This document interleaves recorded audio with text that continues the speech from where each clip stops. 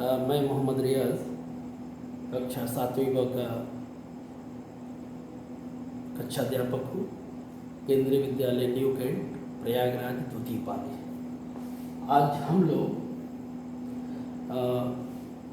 हिंदी में एक नया पाठ का प्रारंभ करेंगे। मैं आपके सामने कुछ चित्र रख रहा हूँ, आप लोग उसको देखें। ये किस तरह का चित्र है बच्चों? आप देख करके बताएंगे।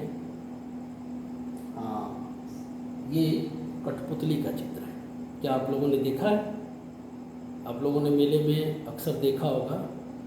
कठपुतली के बारे में मैं आप लोग को बताऊं कि यह एक लोक संस्कृति, लोकगीत, लोक नृत्य खास तौर से राजस्थान राज्य में बहुत प्रसिद्ध है। वहाँ पे आज भी इस तरह की चीज़ें आप लोग को देखने को मिलेंगे। आज हम इसी पाठ को इस क्लास में पढ़ेंगे। जैसा कि आप देख रहे हैं, ये मेरे द्वारा प्रस्तुत हो रहा है। तो सबसे पहले मैं इस पाठ का आदर्श वाचन करूं। कठपुतली गुस्से से उबली, बोली ये धागे क्यों हैं मेरे पीछे आगे, इन्हें तोड़ दो मुझे मेरे पाँव पर छोड़ दो। सुनकर बोली और कठपुतलियाँ कि हाँ बहुत दिन हुए हमें अपने मन के छंद छुए। मगर पहली कठपुतली सोचने लगी, ये कैसी इच्छा मेरे मन में जगी।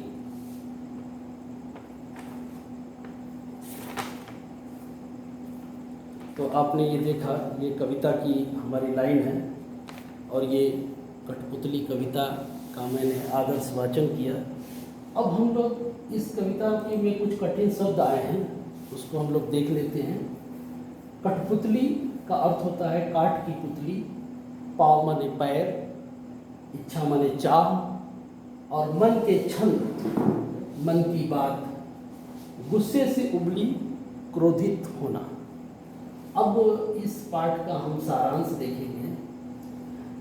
इस पाठ के लेखक भवानी प्रसाद मिश्र जी कठपुतली के माध्यम से उसके मन की वेदना को, उसके मन की कामना को प्रकट कर रहे हैं। आप देखिए, कविता का जो सारांश है, जो कवि कहना चाहता है कि कविता कठपुतली के अंदर रोष और विद्रोह दोनों भाव है जिसको व्यक्त किया गया है। उसके अंदर रोष भी है और विद्रोह भी है। एक कठपुतली अपना विरोध प्रकट करते हुए स्वतंत्रता की मांग करती है। आप ये देखिए कि कठपुतली जो कि निर्जीव वस्तु से बनी है, लेकिन कवि ने उसके अंदर मानवीय संवेदनाओं को प्रकट किया है। वह धागे को तोड़कर अपने पैरों पर खड़ा होना चाहती है। क्यों? क्योंकि वो गुलामी पसंद नहीं करती है। उसकी देखा देखी यानी कठपुतलियाँ भी स्वतंत्र होने की मांग करती हैं। कठपुतली के साथ और जो कठपुतलियाँ नचाई जाती थीं, वो भी उसकी देखा देखी आज़ादी चाहती हैं, स्वतंत्रता चाहने लगती हैं। सभी कठपुतलियों की स्वतंत्रता की मांग करने पर पहली कठपुतली अपने मन में आए विद्रोह विचारों पर दोबारा सोचने के लिए विवश हो जाती है। क्यों? वह स्वयं से सवाल करती है कि मेरे ये मन में इच्छा कैसी जगी? क्या मैं अगर आज़ाद हो जाऊंगी तो वो सारी जिम्मेदारियां निभा पाऊंगी? तो कहीं न कहीं इसके मन में दुविधा है और एक स्वतंत्रता की चाह, कामना भी है। और इस तरह से यह कठपुतली पाठ के माध्यम से भवानी प्रसाद मिश्र जी यह बताना चाहते हैं कि इंसान हो, पशु पक्षी हो, चाहे इस तरह से कोई भी जीवित चीज़ हो, वह हमेशा आज़ादी पसंद करता है, आज़ादी में जीवन जीना चाहता है। उन्होंने भले निर्जीव वस्तु में सजीव गुणों का रोपण करके अपनी इन बातों को प्रकट करने की चेष्टा की है। अब हम इस प्रश्न में आए कुछ इस पार्ट में आए कुछ प्रश्नों को हम लोग देखेंगे और आप लोग उसका प्रश्नोत्तर अपने से लिखेंगे। जैसा कि मैंने व्याख्या कर दिया है, कठपुतली किसे कहते हैं। अगर आपने कठिन शब्दार्थ देखा होगा तो वहीं से आपको पता चल जाएगा कि कठपुतली किसे कहते हैं। कठपुतली गुस्से से क्यों उबली, कठपुतली की क्या इच्छा है, कठपुतली की बात सुनकर दूसरी कठपुतलियों को कैसा लगा और क्यों, सबकी इच्छा जानकर पहली कठपुतली क्या सोचने लगी।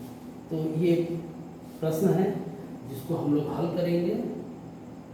ठीक, और अब बेटा कुछ क्रियाकलाप हैं। ये दी गई वर्ग पहली से विलोम शब्द तक ढूंढ कर लिखिए। ठीक ना, ये एक पहेली दी गई है, इससे आप लोगों को विलोम शब्द निकालना है। तो आप लोग इसको करेंगे। गृह क्या है आप लोग के लिए ये है कि कविता को कंठस्थ कीजिए, बहुत सुंदर है। लयबद्ध तरीके से भी आप इस कविता को गा सकते हैं। कविता का सारांश अपने शब्दों में लिखिए। पुराने कपड़ों का उपयोग करके एक सुंदर सी गुड़िया बनाइए जो कठपुतली की तरह दिखाई दे। ठीक है, आज का पाठ इतना ही। धन्यवाद।